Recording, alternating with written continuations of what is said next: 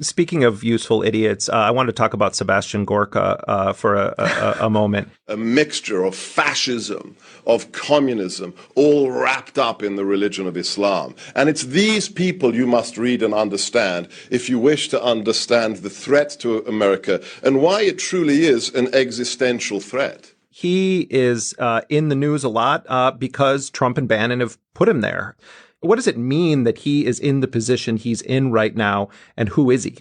He started showing up at events that I was at probably around 2011, 12, if I had to, put a guess on the date, and would be a panelist, and always very strong, very antagonistic, oftentimes rude towards, other panelists that were there. Very aggressive and always sort of fawning over the military, law enforcement, tough talk, which was good for his business. I mean, he's primarily a trainer. He's trying to sell training, or what I call edutainment. It's a cross between education and entertainment, and it's not good at either one, really, and you're just getting a show.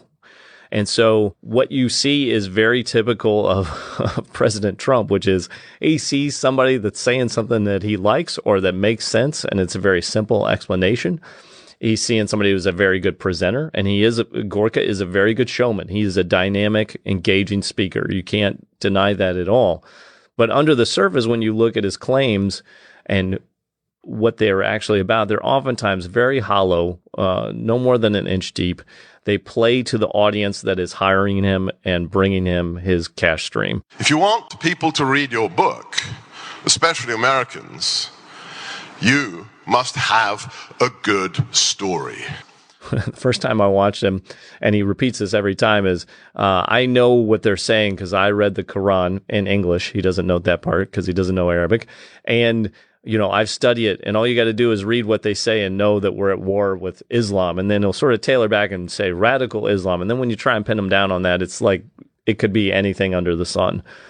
And the strategies that he's picking are exactly the ones for which al-Qaeda attacked us with the far enemy doctrine to begin with, backing apostate dictators who don't obey human rights and are, hard on their people and clamping down on terrorism in ways that are not beneficial to the U.S. And that's generally the strategy of Trump. We're going to partner in ways like we did in the 90s, which ultimately brought the rise of al-Qaeda. It's a self-fulfilling prophecy. And I think what you see with Gorka, and this is not limited, this is Bannon, this is Gorka, this is that strain in the inner White House. They want this end times battle with Islam.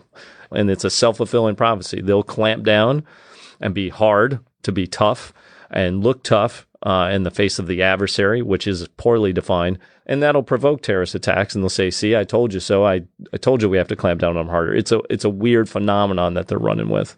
If you, on the one hand, have Trump going after the CIA, putting pressure on the FBI, and then putting people like Gorka, who are basically fanboys of the special operations community, that to me is what's dangerous about this, because you have a disproportionate number of kind of Jerry Boykin acolytes within that world than you do in the broader U.S. military. And it concerns me that a guy like Gorka, it's not that he says something about Trump's politics. It says something about their strategy, that these are the kinds of guys that they want around. The fact that you have Gorka and Bannon and Stephen Miller and these kind of radical ideologues who view Islam as the cancer on the world and that our main mission should be to destroy it. What does that say about the broader risks that are posed by Trump's presidency on a national security level? Well, it's very blindsided. I mean, it's so narrow and so hyper-focused on an issue that you might put number 5 under the Obama administration. I mean, Islamic extremism has been a big deal for a while, but you could see it start to move away. China, Iran, we were back in this nation-state stuff with Russia.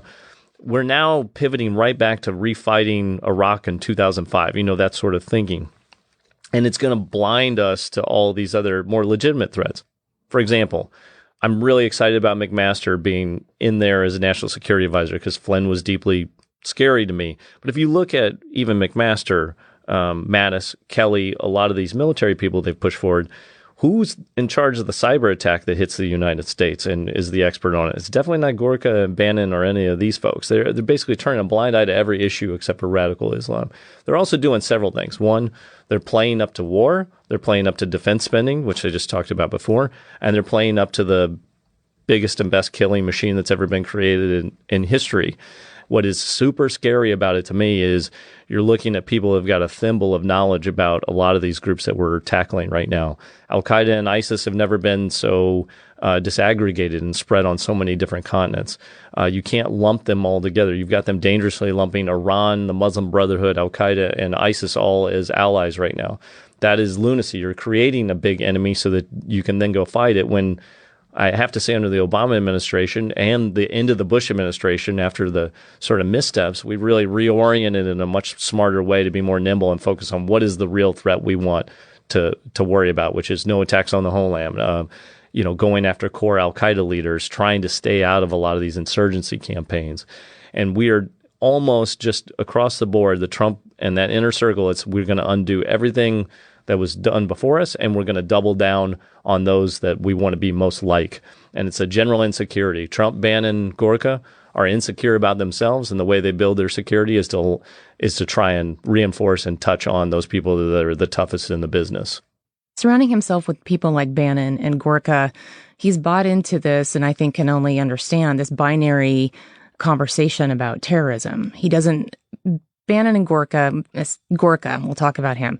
He especially clearly does not understand radicalization process and what happens to an individual as they go through that process. And there's many stepping off points. You can't argue that there isn't something tied to religion with Al-Qaeda and ISIS and other groups like this, but he doesn't even understand how it's tied in. He thinks it's really about mainstream Islam and the Quran and what it teaches. He's reading this literal version of the Quran. And if you did that with the Bible, you'd come out with the same sort of outlook of violence and death and destruction. I mean, it's not... I was terrified as a kid every time we'd read the Old Testament. I would be like, right. I would have nightmares for months. Exactly. If they refuse to make peace and they engage you in battle, lay siege to that city. When the Lord your God delivers it into your hand, put to the sword all the men in it. As for the women, the children, the livestock, and everything else in the city, you may take these as plunder for yourselves. And he doesn't understand the philosophy and the education that goes into interpreting these historical texts. The fact that Gorka can't even understand that on a basic level means that he is completely the wrong person to be looking at countering terrorism and understanding the Middle East at all whatsoever. Now, back to your question about the DOD. It does bother me that he is just surrounding himself with one single type of viewpoint, because there's a lot of tools in this toolkit that he should be using, the State Department, the intelligence community. If you're only seeing everything, and I hate this analogy, but I'm going to use it, as a nail and you have a hammer, that's all you're going to use. A lot of these generals don't have this interagency experience. They don't understand how to build governance processes. They could tear stuff down, and clean the path forward, but they don't know how to rebuild, because that's just not what the military does, and that's not what they're charged with. I would say the same thing with the reliance on JSOC. I don't understand, on one hand, how continuing to use this tool over and over again as a strategy, and anyone would see it that way.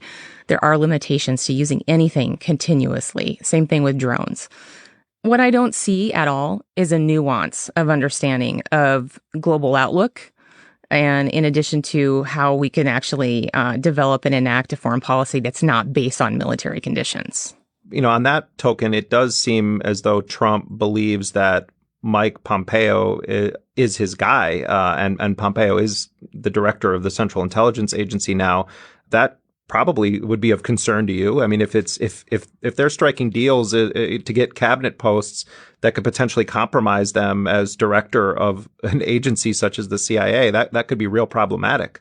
It concerns me to the extent that I think if there is undue influence by the administration and the expectation that you toe the line according to what they want versus the reality of the situation on the ground, absolutely, because what that does is politicize the structure of the intelligence community. So you can politicize the information that comes out, possibly develop your own team that feeds the bottom line that you're after, but you can also do it through the structure. That, to me, is one of the more concerning underlying factors in how he's treating the intelligence community, because if it's always serving his needs and serving his view of the world, you may as well not have one.